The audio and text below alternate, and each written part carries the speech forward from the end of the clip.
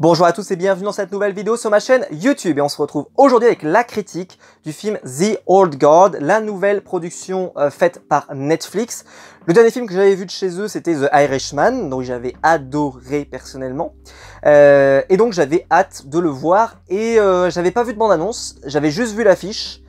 Je me suis dit ça promet pas d'être un film aussi bon que celui-là, ça promet plutôt d'être un film un peu bourrin, avec des guns, et avec Charlize Theron en premier sur l'affiche, donc ça promettait un film, voilà, je savais pas trop sur quoi je m'engageais, et j'ai découvert que c'était un film inspiré de comics, scénarisé par Greg Rucka. Alors il faut le savoir que Greg Rucka, donc c'est un scénariste de comics assez prolifique, il travaille chez DC, chez Marvel, et sur ses séries indépendantes.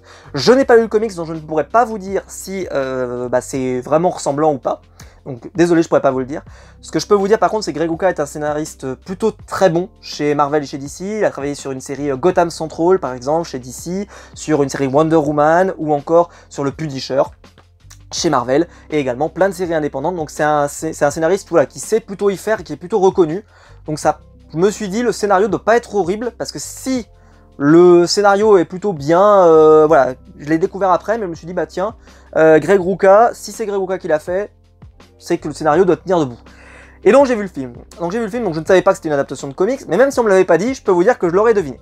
Alors, cette review sera bien sûr, cette critique sera en deux parties, une partie no spoil et une partie spoil. Ici vous avez la partie no spoil, vous ne craignez rien, je vais simplement vous dire si vous avez le temps de regarder le film. Le film dure quand même 2 heures. Après j'ai envie de dire qu'il n'y a pas tellement de nouveautés au cinéma en ce moment, donc ça vaut peut-être le coup de, si vous êtes amateur de films, il n'y a pas tant de nouveautés que ça. D'ailleurs je n'ai pas fait beaucoup de critiques depuis cette période parce qu'il n'y a pas eu de nouveautés qui m'ont donné envie d'en faire, mais celle-ci ça m'a donné envie. Je n'ai pas regardé les critiques avant de faire la vidéo, je ne sais pas ce que les gens en ont pensé, donc je me suis pas laissé influencer. Ce que je peux vous dire dans cette partie no spoil, je vais vous parler de l'histoire. Alors l'histoire elle est hyper simple à résumer. C'est un personnage donc, qui s'appelle Andy, interprété par Charlize Theron, qui va décider de... qui mène un groupe, une sorte d'escadron suicide, mais j'ai même envie de dire de mercenaires, qui mènent des missions sur la planète pour voilà, différents clients. Et ils ont la particularité d'être invincibles et également immortels. Ils sont donc des soldats surentraînés, ou des combattants surentraînés, et ils vont découvrir, et c'est je suis obligé de vous dire ça parce que c'est vraiment l'axe scénaristique du film, il va y avoir donc une nouvelle personne qui va avoir les mêmes pouvoirs qu'eux, qui va apparaître, et en fait ils sont reliés, donc ils vont le savoir, et ils vont essayer de la retrouver, ils vont essayer de l'intégrer dans leur groupe, et d'aller la chercher pour l'intégrer. Voilà. Et pendant ce temps, bien sûr, comme toute série qui repose sur un pouvoir, et il y a des gens qui vont essayer de s'en emparer. Voilà. Ou saga, voilà. Et alors je veux commencer par un truc parce que pour moi c'était d'une évidence. Je ne sais, comme je vous l'ai dit, l'aspect comics pour moi est évident. Pourquoi? Parce que ça fait énormément penser à une saga qui serait portée par des mutants. Je sais pas pour vous, mais moi quand la saga a commencé, j'ai eu l'impression de voir du X-Men.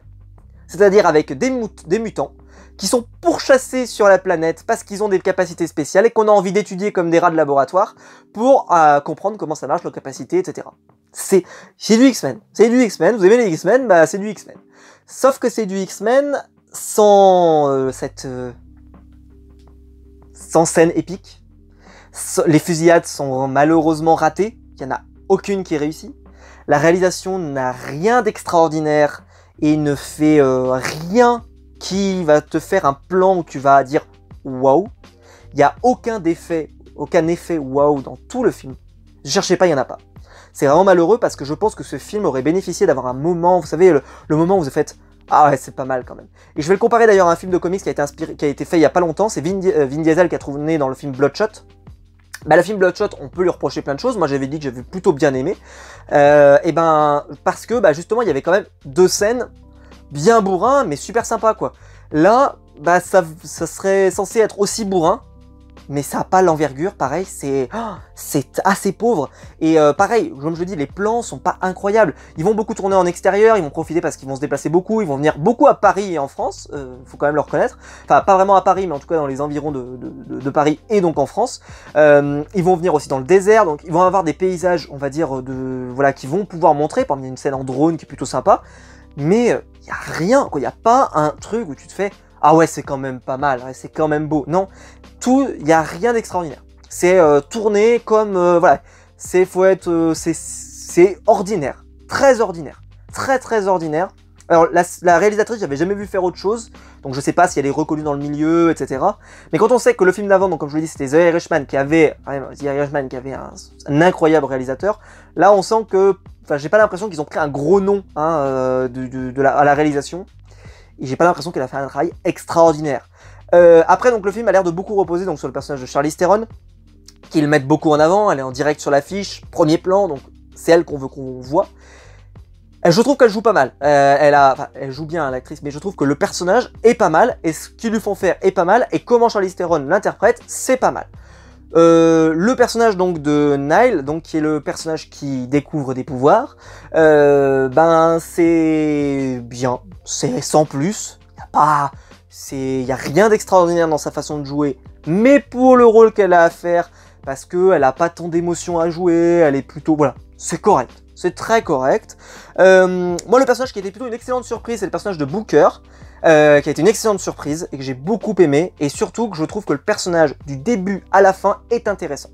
Et ça, c'est quand même un atout. Ouais, c'est quand même un atout parce que avoir un personnage qui est suffisamment intéressant du début à la fin du film, c'est pas mal. Pour moi, en tout cas, je suis assez content de ce qu'ils en ont fait.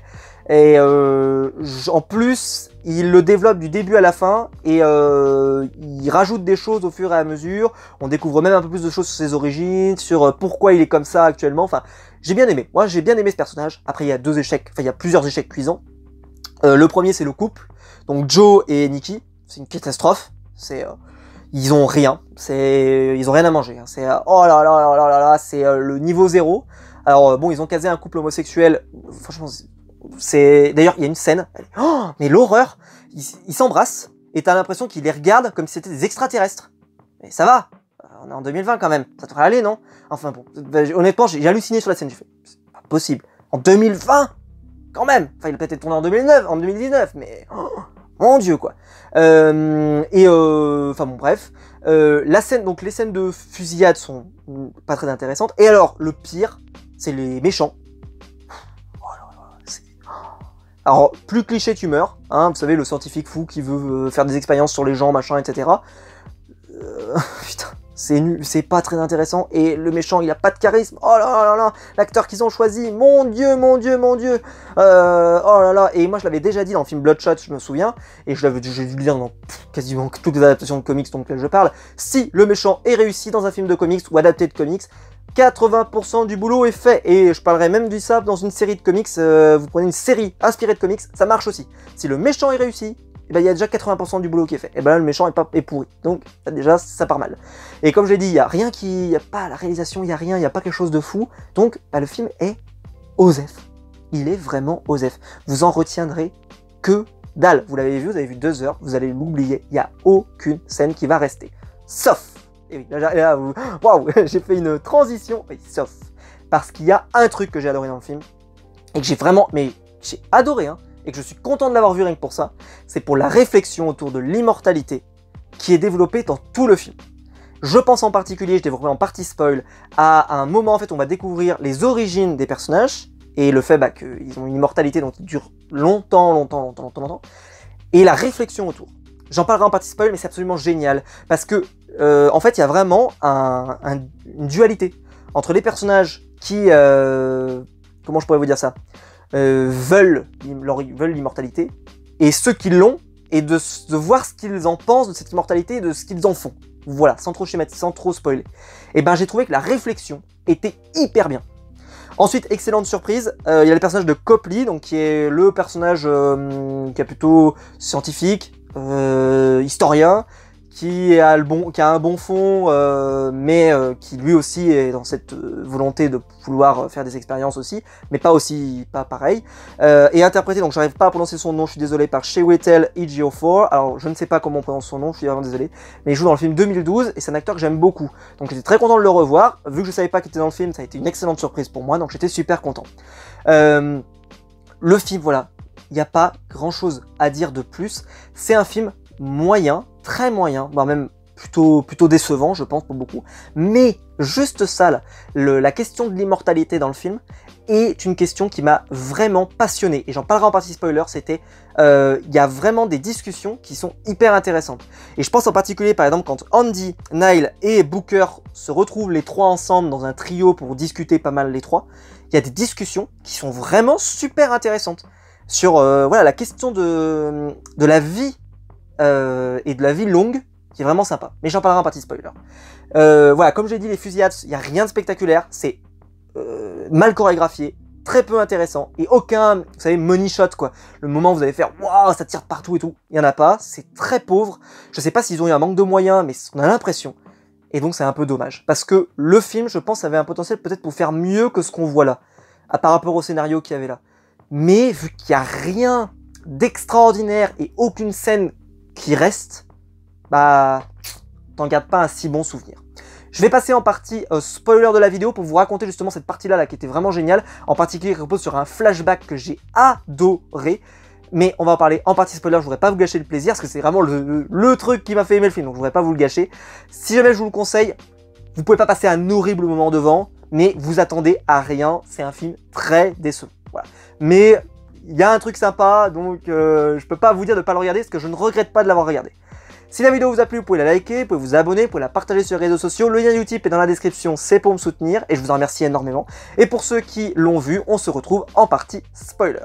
Donc pour la partie spoiler, vous inquiétez pas, ça va aller très vite, mais vu que vous savez maintenant, voilà, vous l'avez vu, je vais éclaircir les points que j'ai laissés en suspens. Alors, j'ai parlé beaucoup déjà de certaines choses qui m'ont plu dans le scénario, etc.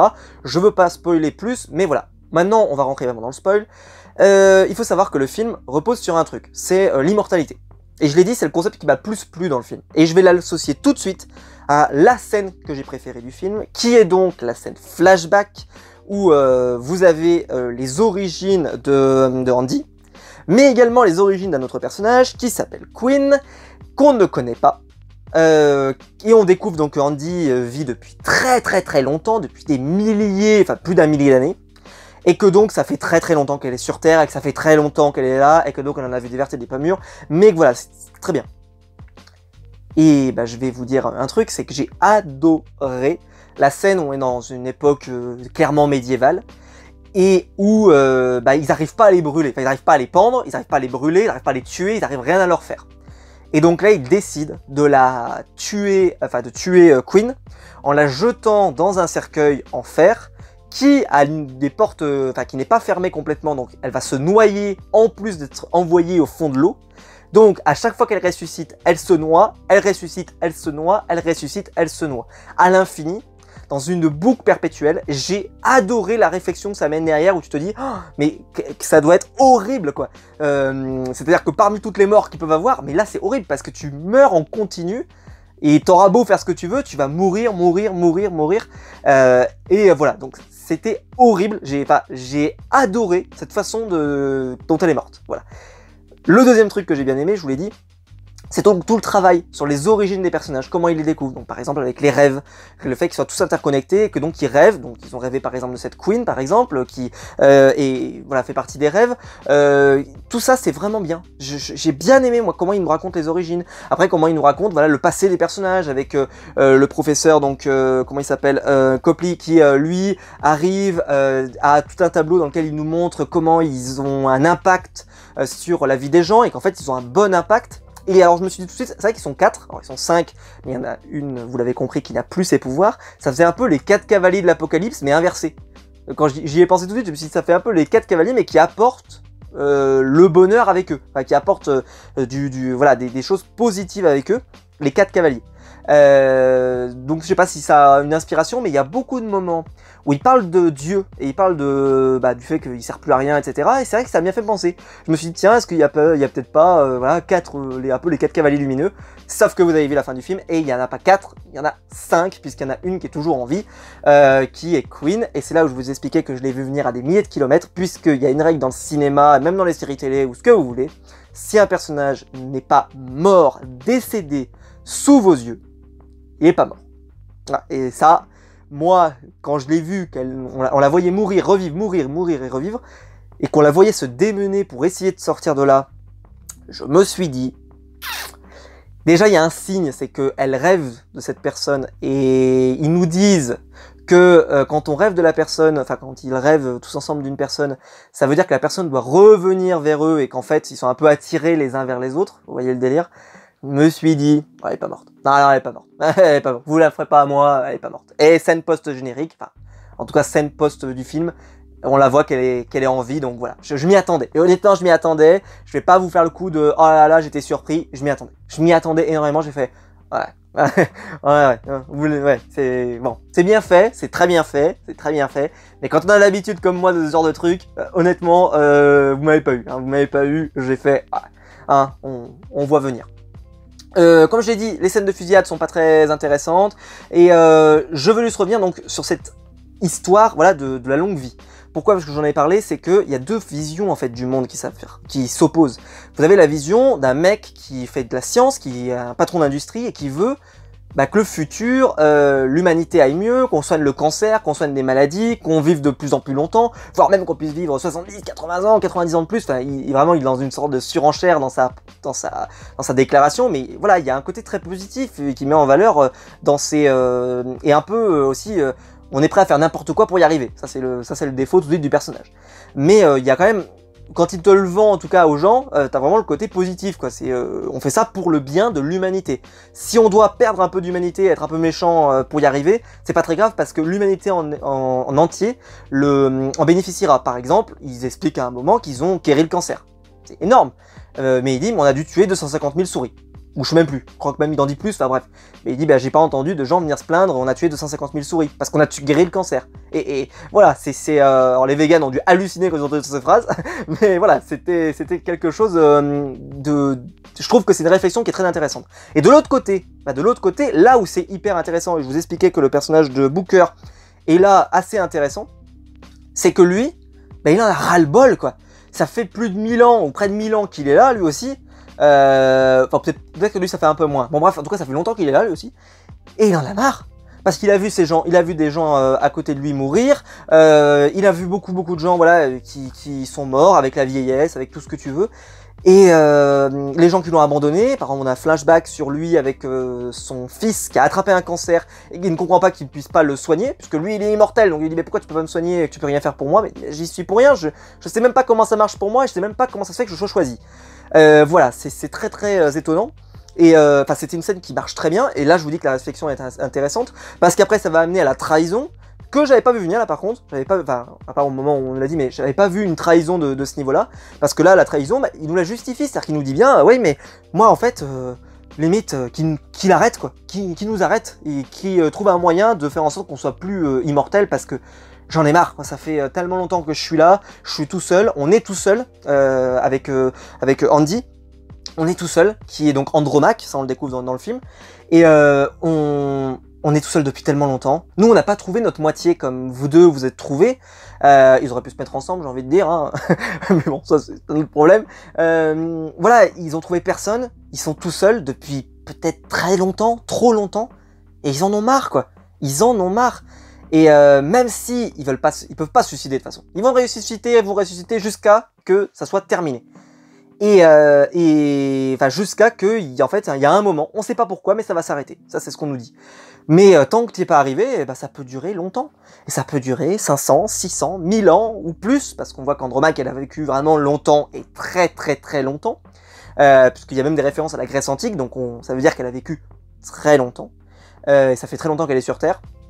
Et qu'elle aussi, elle a vécu une longue période toute seule, puis après elle a retrouvé quelqu'un, puis quand elle a trouvé cette personne, elle s'est retrouvée à nouveau toute seule, puisqu'on nous dit qu'après Queen, elle a vécu un bon moment toute seule, etc., etc. Donc la question de la solitude, la question du fait de vivre encore et encore, et en fait ça les épuise, et que il y a cette opposition de je veux vivre plus longtemps parce que moi je suis prêt à tout faire pour vivre plus longtemps, et moi j'en ai marre de vivre plus longtemps. Et même limite trouver une solution vous pour que ça, j'aimerais vous le donner pour vous en faire profiter, parce que comme ça même nous on en profiterait, parce que on pourrait créer des relations avec les gens, parce qu'on n'aurait pas peur qu'ils meurent du jour au lendemain, ou qu'ils vieillissent et que nous on vieillit pas depuis toujours, etc., etc. D'ailleurs, on comprend pas tout de suite la phrase, je l'avais pas tout de suite bien interprété, mais quand il dit qu'en fait, il découvre qu'il y a une nouvelle personne qui a ses pouvoirs, et ils disent en plus elle est jeune, ça veut dire qu'elle va rester jeune longtemps.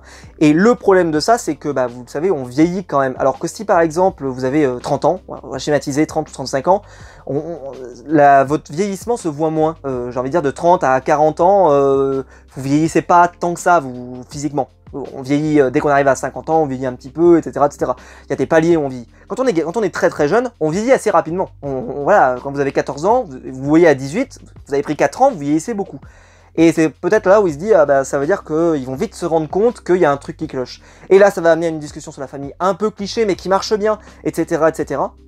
Donc je trouve que ça a été bien amené, et je trouve que c'était intéressant comme propos. Je sais pas ce que vous en avez pensé, mais rien que pour ça, je suis content d'avoir regardé le film. Après voilà, je vais pas développer tout ce que je vous ai dit tout à l'heure, les fusillades c'est pas terrible, la fin du film, voilà, il y a une sorte de grosse happy end, voilà, les méchants sont punis, ils partent tous ensemble, aucun d'entre eux n'est mort, le personnage de Copley, lui, on découvre vraiment que lui, il avait un bon fond et en plus, il était prêt à avoir des bonnes méthodes pour arriver à son objectif, c'est-à-dire sauver tout le monde, ce qu'il dit vraiment comme ça. Et on découvre voilà, qu'ils se mettent tous ensemble pour essayer d'avancer et que l'un des personnages donc sera banni pendant 100 ans et on voit que il est misérable, il picole, enfin c'est l'horreur. Et arrive donc le personnage de Queen qui est en vie. Et je m'y attendais. Enfin, je m'y attendais. Ouais, je m'y attendais énormément. Honnêtement, je m'y attendais. Voilà. Je pensais pas peut-être qu'on l'aurait dans ce film-là. Je me suis dit, tiens, si peut-être qu'on l'aura dans une suite, par exemple. Alors, je sais pas si le comics, par exemple, a plein de tomes. Et peut-être qu'il y a plein d'histoires hyper intéressantes. Je sais pas si l'univers a un potentiel à avoir 153 suites. Je pense pas que ce soit un univers à avoir un potentiel énorme. Et je t'amènerai juste sur un truc, c'est peut-être votre déception peut venir aussi du fait qu'on n'a pas la réponse de où ça vient. C'est-à-dire que ça vient de... Voilà. C'est comme ça. C'est... voilà. Hein. Regardez là-haut, regardez l'enfer si vous voulez, regardez je sais pas où. Il n'y a pas d'explication. Il n'y a pas de raison. Pourquoi c'est nous, pourquoi pas les autres. Il n'y a pas d'explication. Donc peut-être que ça peut manquer à certains. Après, ça veut pas dire qu'on ne peut pas l'avoir plus tard. Et surtout, par exemple, il y a une série qu'on connaît très bien qui s'appelle Walking Dead. Walking Dead, ils ont jamais expliqué comment sont venus les zombies. Voilà, c'est pas grave, hein. On fait avec. C'est un thème, voilà, les zombies sont là. Et là c'est pareil. Il y a 4 personnes ou 5 personnes qui ont des pouvoirs. C'est comme ça. Il faut faire avec. Voilà. Donc un film pas transcendant, pas génial, mais j'ai beaucoup aimé. Voilà, une réflexion dans ce film. Et non, je regrette pas de l'avoir vu. C'est quand même 2 heures, donc faut quand même se les envoyer. Mais c'est pas une horreur. Voilà, j'espère que la vidéo vous aura plu. Si c'est le cas, vous pouvez la liker, vous pouvez vous abonner, vous pouvez la partager sur les réseaux sociaux. Le lien Utip est dans la description, c'est pour me soutenir. Et quant à nous, on se retrouve très vite pour une prochaine vidéo sur ma chaîne YouTube. Allez, ciao!